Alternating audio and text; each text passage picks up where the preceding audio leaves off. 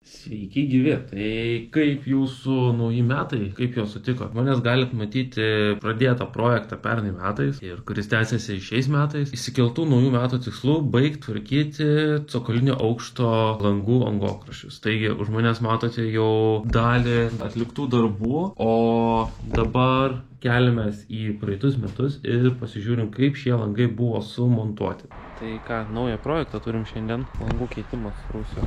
Keisim šitos visus langus. Šių vakarą biškį atsikasiau. Tai šitie tokie langai jau, sakant, savo atgyvenę, mediniai. Ir juos reikia mums pasikeisti. Atrodo, šitas langelis irgi. Nu, taip baisiai atrodo toksai irgi langas. Gal turit minčių, ką daryti čionais su šita vieta, kad nesikauptų vanduo, nes dabar vis tiek langas jisai pasikeis. Bus plastikinis rėmas, biškį pakelta labiau nuo pačios, bet kaip va šitą užbaigimą daryti, gal turit siūlyti ką.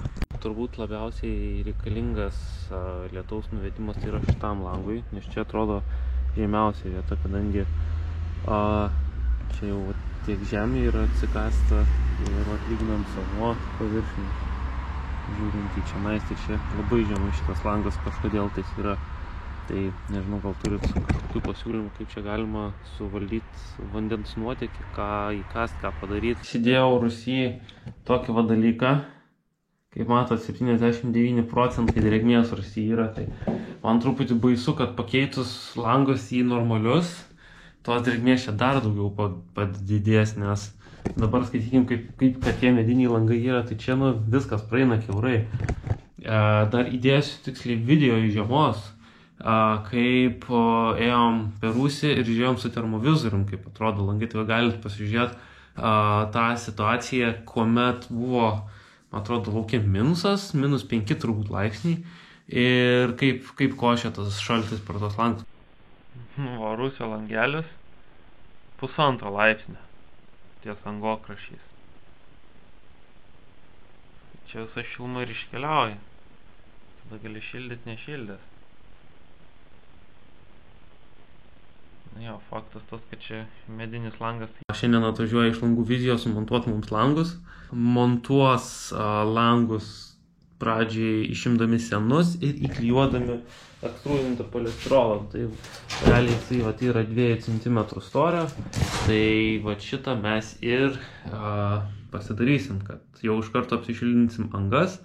Tikėtina, kad turėtų suklijuoti ir visas reikiamas plėveles, garo, iš vidaus, iš lauko.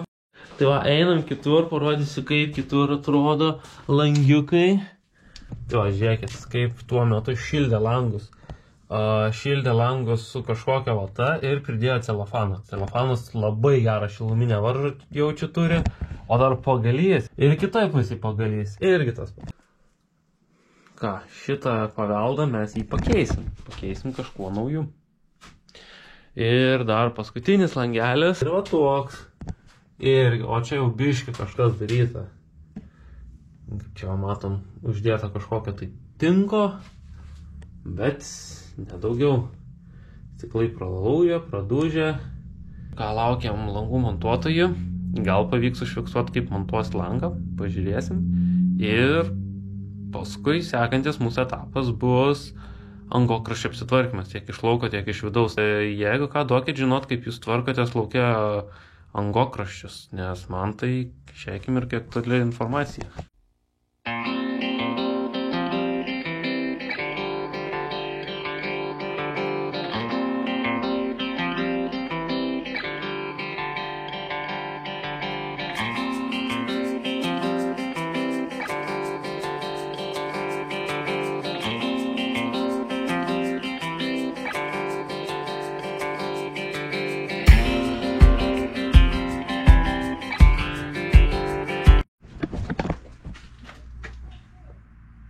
Taip atrodo išmontuoti langai.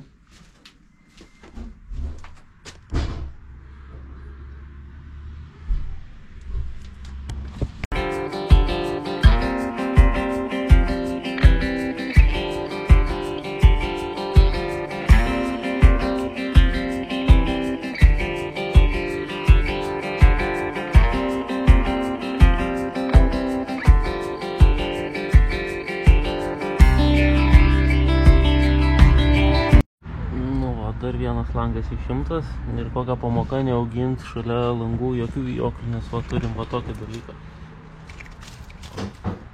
Tai vijoklių nerekomenduojam auginti.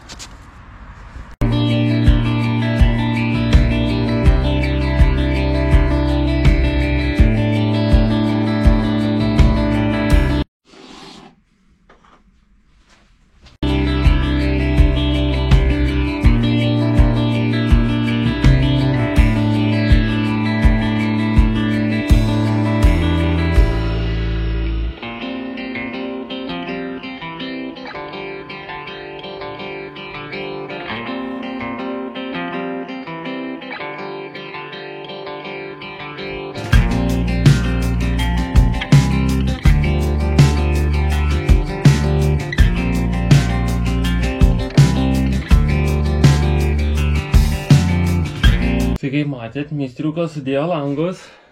Ką, visai gerai čia padirbėjo. Realiai per 4 valandas 5 langai yra. Situacija va tokia.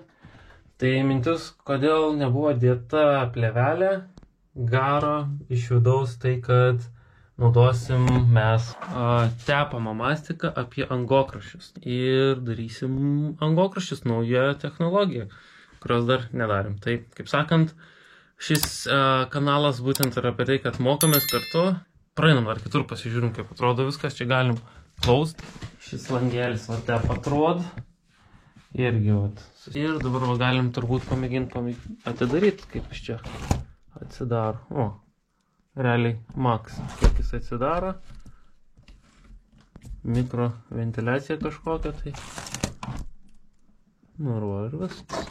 Tai va, turim pasiėmę tokias ledinės lemputės. Tas ledinės lemputės mes dabar rusį susidedam. Pasitestavau, kaip kas dedasi, kaip kas jungiasi, čia visai nesunkus pajungimas. Ir dabar galim parodyti, kaip tas pajungimas iš tikrųjų vyksta. Toj patalpoj stovi galvos daužyklė, nes realiai va, bum, praeidamas tik tais. Tai dabar koks yra planas, kad mes prasidedam čionais kabeliuką nuo jungiklio, atsimatuojam, kur mūsų lempa turi būti, išsigrėžiam, įsisukam laikiklį lempos, pasijungiam ir džiaugiamės šviesa.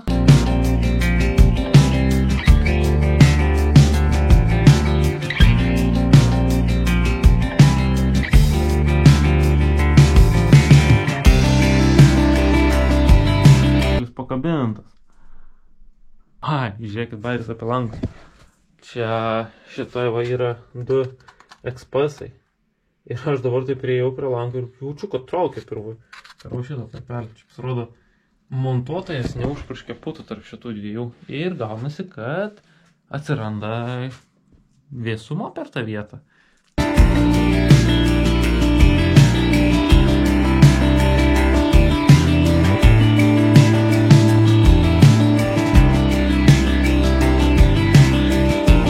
Įmontavom lemputę, prisukom, viskas čia kaip ir good, laiduks irgi pritvirtintas, liko dabar visa makalinė laiduva čionais. Čia buvo sveikas įgyvas. Makalinė laidų, bet bandysim kažką sutvarkyti šitoj vietoj. Įjungiame elektrą ir dabar einam šitą pakrapštyti reikalų.